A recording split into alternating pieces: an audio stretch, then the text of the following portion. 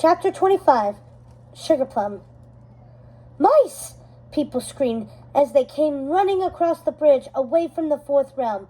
Mice are coming! They're destroying everything! Chaos echoed behind the fleeing citizens as legions of furry rodents overran the land of amusement, devouring tea party delicacies and swarming over carnival rides and buildings alike. Everyone streamed across the bridge in a panic, desperate to escape the onslaught. What's happening? Mother Ginger cried in alarm, the only one standing behind in the fourth realm. How can this be? How did this happen? She looked on in horror as waves of mice flooded past, eating everything in sight.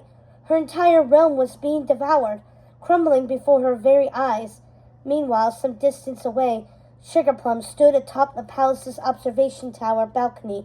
From her vantage point, she watched the devastation through a telescope. Dewdrop sat on her shoulder, nibbling on a miniature bag of popcorn.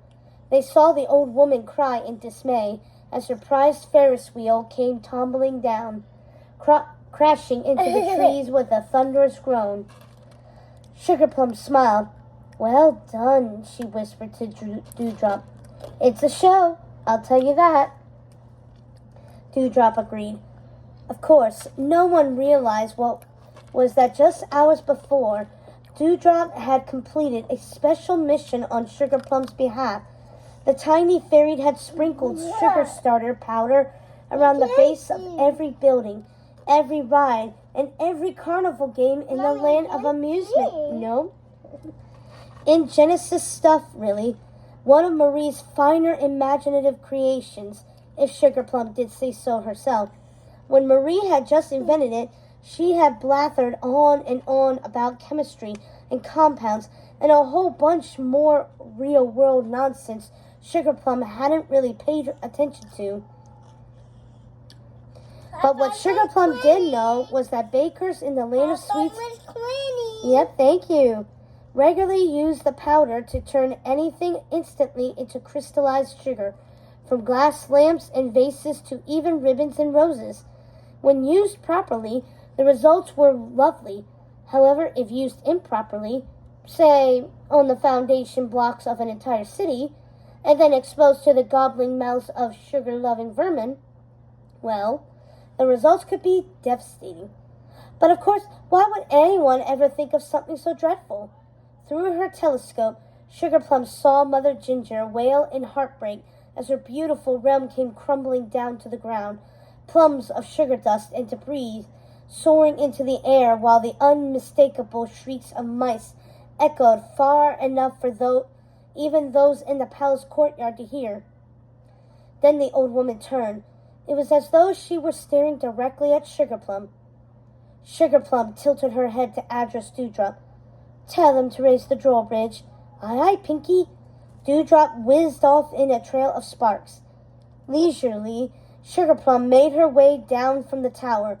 She walked down the palace steps, across the courtyard, and up to the new watchtowers, cleverly placed on either side of the drawbridge. Shiver and Hawthorne were waiting for her there.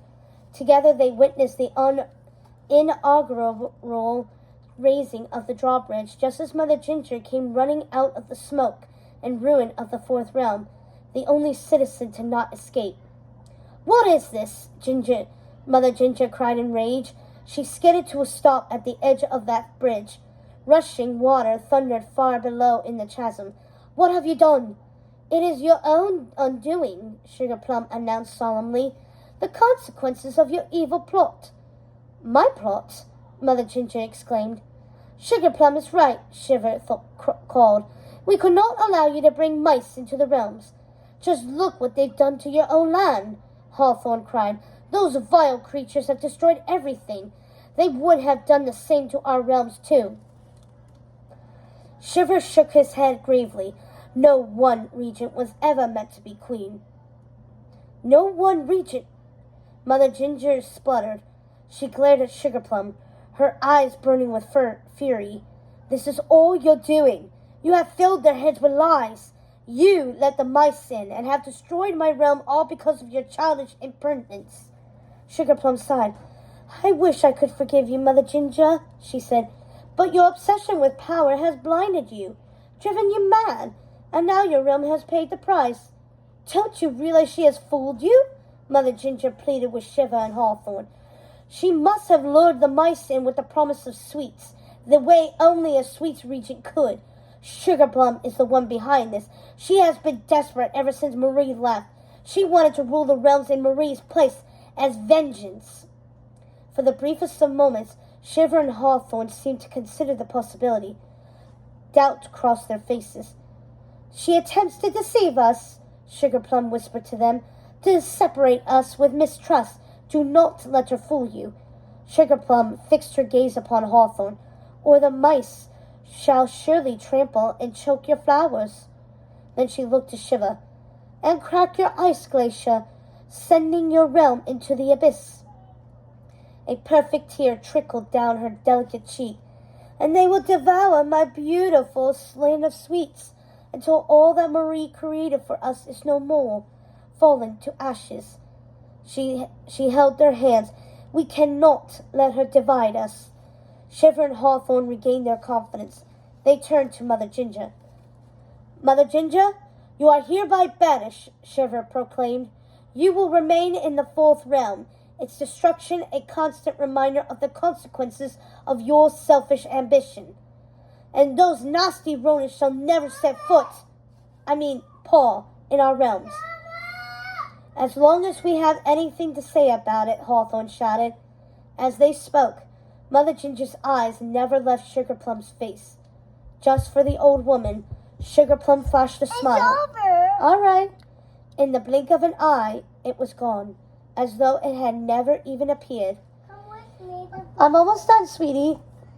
We wish it didn't have to be this way, Sugarplum told her. If only you could have been content to work with us together, as Marie desired.